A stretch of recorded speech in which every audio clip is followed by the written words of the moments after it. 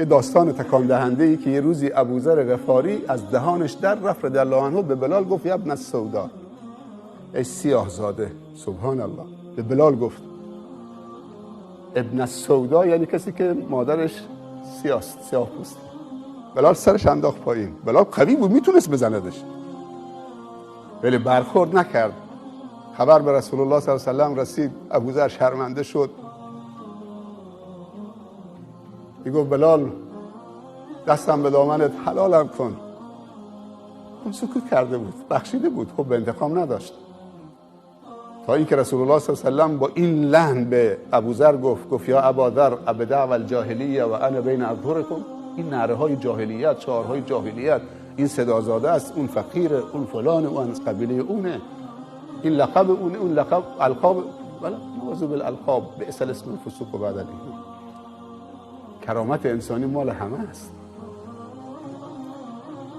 گفت من هنوز زنده هستم بین شما این نعره های جاهلیت. ابوذر از کجا آوردی؟ گفت شرمنده ام یا رسول الله، از دهانم یه لحظه غفلت از دهانم در رفت. بعد یقه بلال گرفت. گفت من اصلا خودم عذاب وجدانم برطرف نمیشه تا اینکه تو این جمعی که توهینت کردم بخوابم، پیشانی و صورتم به بالا باشه، تو با این نعلینی که رو خاک راه میره محکم بکوبی تو پیشانی من، که دیگه درسی برای من باشه که به هیچ احدی با رنگش تحقیرش نکنم. حالا بلال چی میگه؟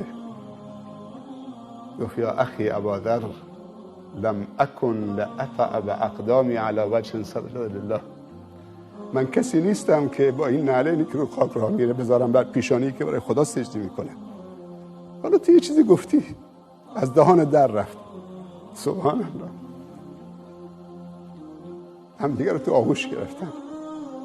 اون یه چیز از دهانش در رفت، بلا فاصله معذرت خواهی. به شب نرسید. وقتی کسی معذرت خواهی میکنه تو حق نداری تحقیرش کنی.